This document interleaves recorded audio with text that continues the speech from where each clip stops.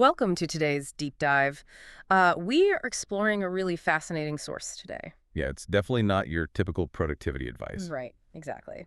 So we're looking at a YouTube video transcript by Radhika Chopra, and it's titled, "These 5 Lessons from Bhagavad Gita Can Make You Top Any Exam." Which is such an interesting premise, honestly. It really is. And our mission today is basically to take this, 5,000-year-old philosophical dialogue and translate it into a highly practical modern study guide for you. Yeah, because whether you are uh, prepping for a massive board exam or maybe trying to learn a new language or even just tackling a major career milestone, the goal is to extract the timeless productivity hacks that are kind of buried within this ancient text. And the context of this text is really what makes the application so powerful, I think.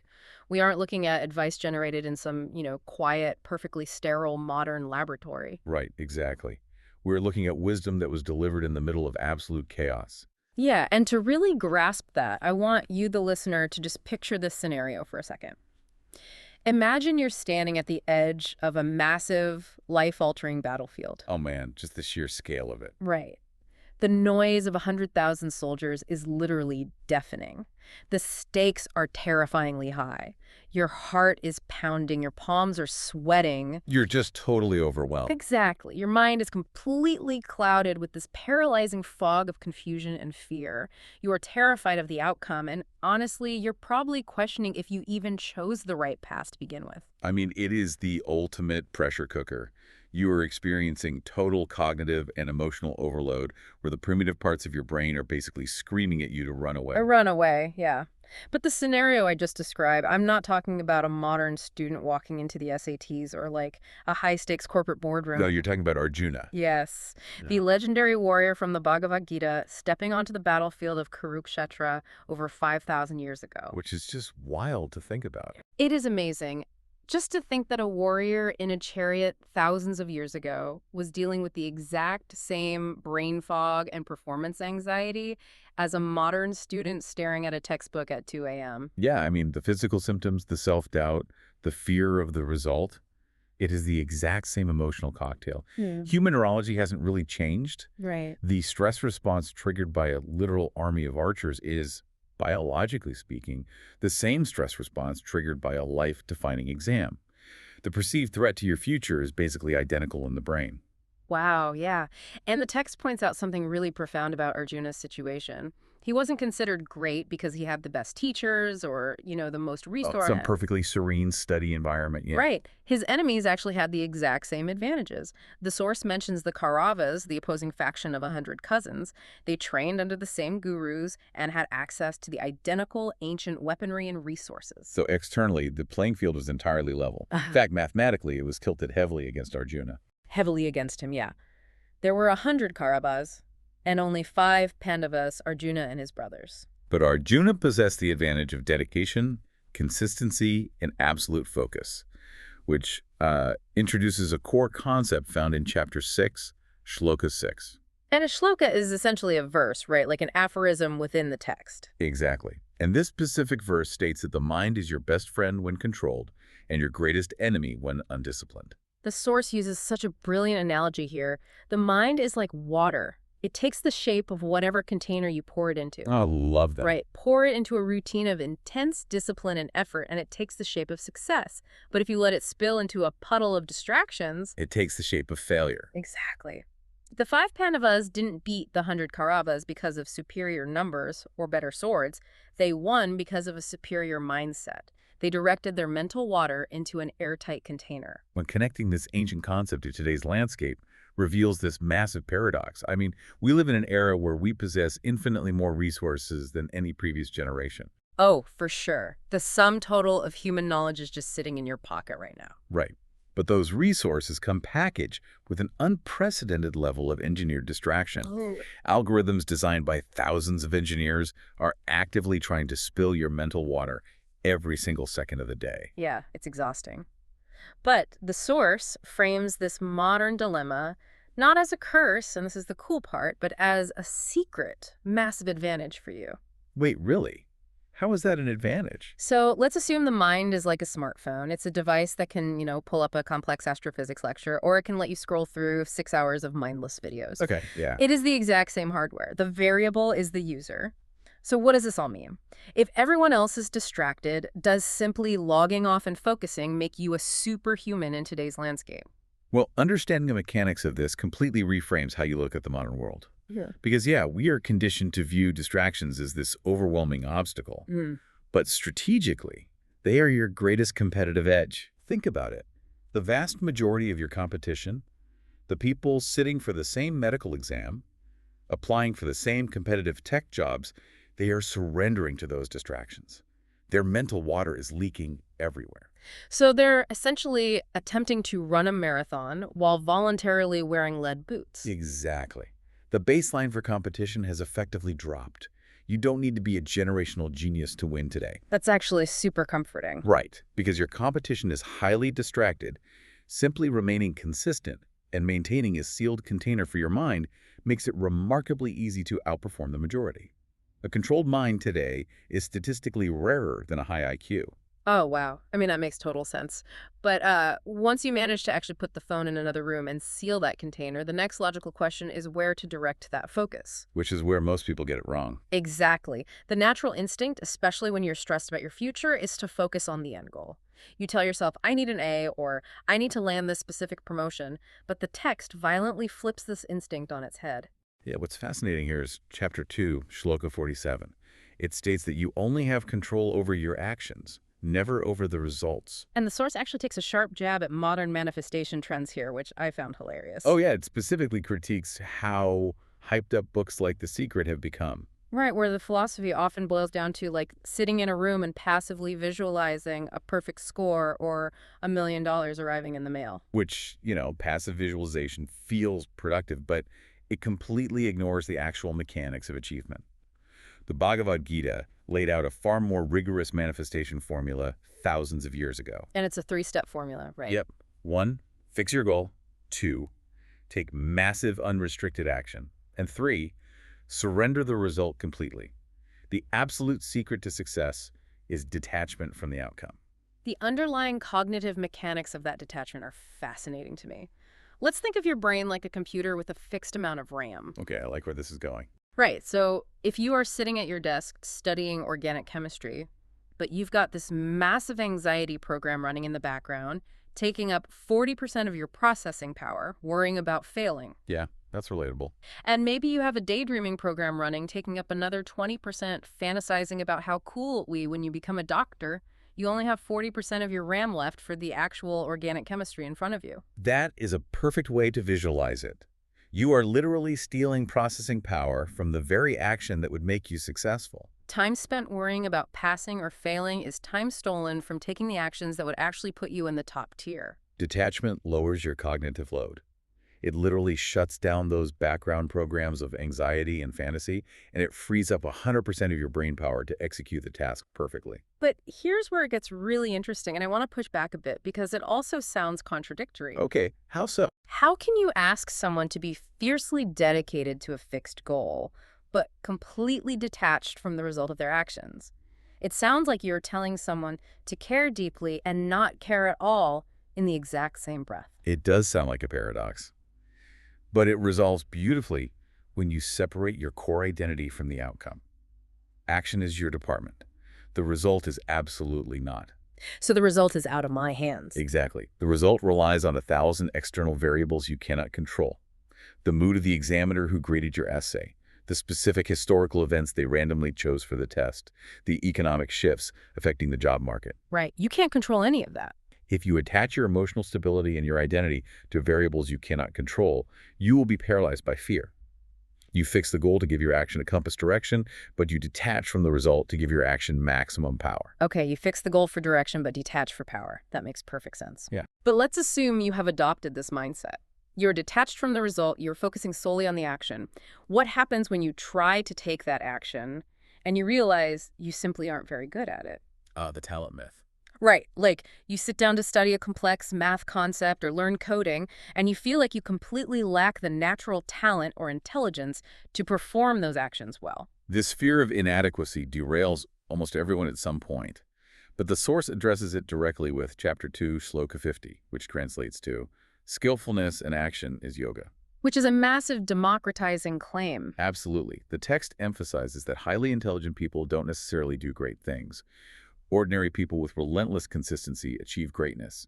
Talent does not build skill. Practice builds skill. And the text advises a very specific, granular approach to this. It says, if you are weak in science, simply solve 5 questions every single day without the fear of failure. Or if you're weak in English, learn and speak 5 new words and phrases daily. Right. Do not wait for a burst of inspiration. Just do the 5 questions. And this ancient advice is honestly a perfect description of modern neuroplasticity. Oh, how so? Well, when you solve those 5 questions daily, you're actively firing specific neural pathways. The first time you try to understand a complex physics equation, it feels terrible. Yeah. It's hard, it's frustrating, and you feel entirely inadequate. Yeah, you are essentially trying to hack a path through a dense jungle with a machete. Exactly. But neurobiology dictates that neurons that fire together wire together, so doing it daily physically alters the architecture of your brain. It's like muscle memory. You don't need to feel deeply motivated to tie your shoes because you've done it 10,000 times. Right. You just need reps. It's like paving a dirt road with asphalt. The resistance decreases over time. This is exactly why the source warns that you can never rely on motivation for success. Motivation is a fleeting emotional state.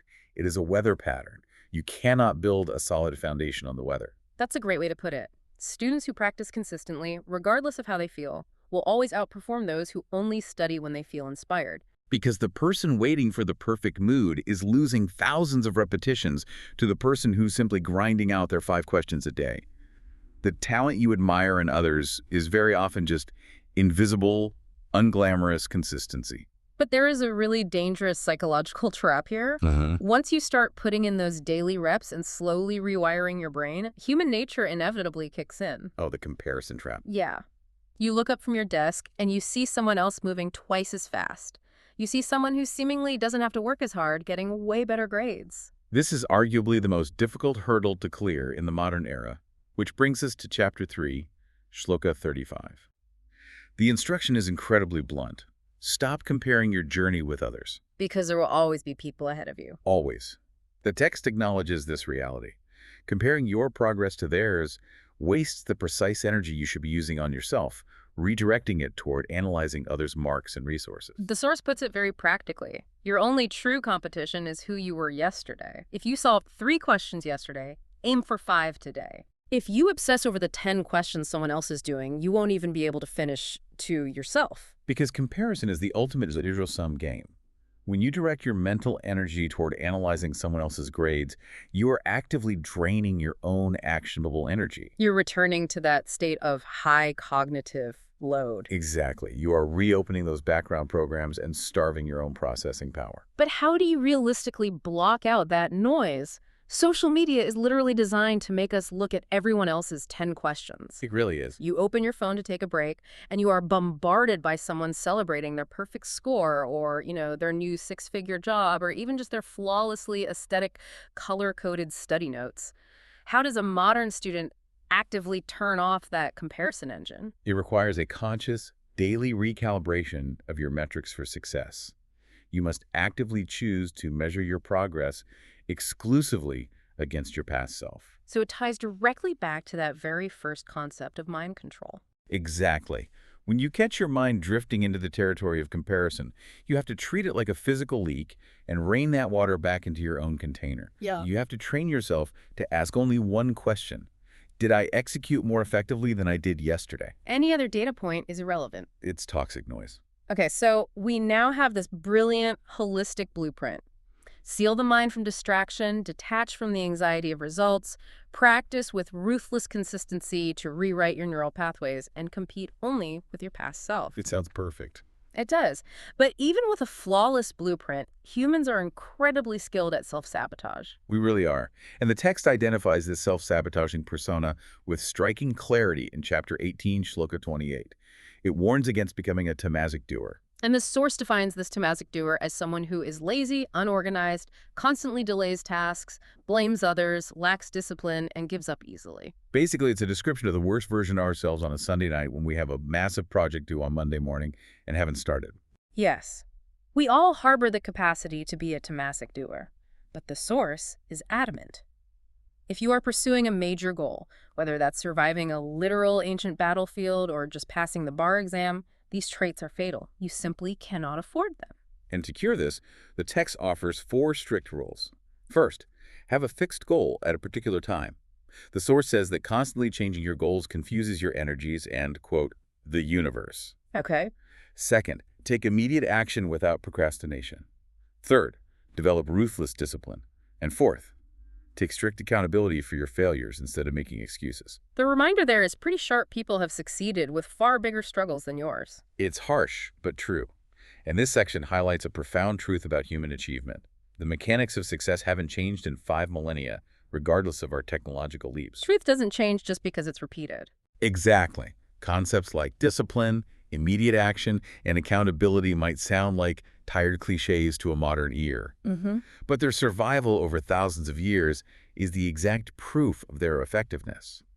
Stepping outside your comfort zone always yields results beyond your expectations. Okay, I do want to zero in on a fascinating detail here, though. Push back a bit. Sure. The source mentions not confusing the universe by constantly changing your goals. That phrasing has a slightly mystical external tone, as if the universe is an entity organizing your success. Right. But then, in the exact same breath, it demands extreme personal accountability, immediate action, and ruthless discipline. This raises a fun question. Are we relying on the universe to deliver the success, or are we relying entirely on our own sweat? That's a great question. The way to synthesize this apparent contradiction is to understand the relationship between the two concepts. Think of it this way. The fixed goal is the target, but your personal accountability is the arrow. Oh, When the text talks about confusing the universe or confusing your energies, it is describing scattered focus. If you change your major every week or switch your business model every month, your actions have no cumulative power. so you establish the fixed goal to align your internal energies in a single vector. Exactly. But the mechanism that actually propels you along that vector, that is 100% your own sweat and discipline. The universe provides the battlefield, but you have to swing the sword. Precisely. You don't blame the universe if you miss the target. You examine your grip, your stance, your aim, and you try again, which is why strict accountability is rule number 4. When you combine these elements, you construct an incredibly resilient framework for operating in high-stress environments. You are no longer a victim of your circumstances or your anxieties. Absolutely. Let's synthesize this entire journey for you listening. We started with ancient chariots and brought it all the way to modern neuroplasticity and 2 a.m. study sessions. It's been quite a ride. Yeah.